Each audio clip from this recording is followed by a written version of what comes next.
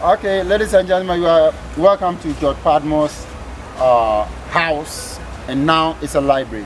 George Padmore was from Trinidad, and then at that time, the emancipation of Africa was like a mushroom, things that have moved. It's a movement that everybody get into it. So he was so much enthusiastic, and he was also in the emancipation of Africans. And he came to Ghana.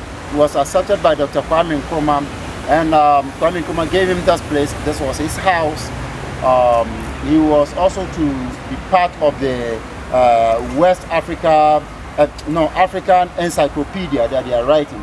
And he died here, and then he was buried in his own house that the government gave him. As you can see, the scripture has been given to you already. That's why I don't want to go over the scripts. So it will be easy for you to read as well. Yeah. Now, this place is a library, and not just a library, but a research center. And the research center has been divided into two.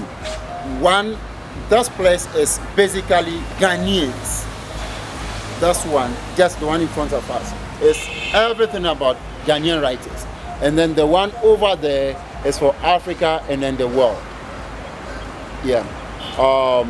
Encyclopedia Britannia and whatsoever. When you come, you have all those things, all those books over there that you can just read and then during now on his birthday, there is a very big ceremony here on his birthday.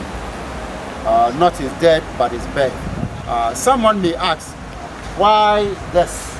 But I know you all understand. Now why because emancipation of Africa. So we have the African map then, and then the Lodosa of African freedom, that is the black side is and then this is a torch, and torch means Ghana is the the torch bearer of African freedom. And like when the boys came here, the boys was not just here in Ghana to sleep, eat and relax. No, he was to finish or write Encyclopedia Africa. Those who are to help him, some of those who are to help him are their partner, who even died before the boys, who was even older, passed on. Yeah. The boy died at the age of 95. Wow. Yeah. So this is a torch, and that time it's a flame that he lighted that Ghana should lead emancipation of Africa. Which, of course, yes, in the whole West Africa, Sub-Saharan Africa, Ghana is the first country that attained independence. And the whole idea is that Kwame Nkrumah wants to pull all Africans together.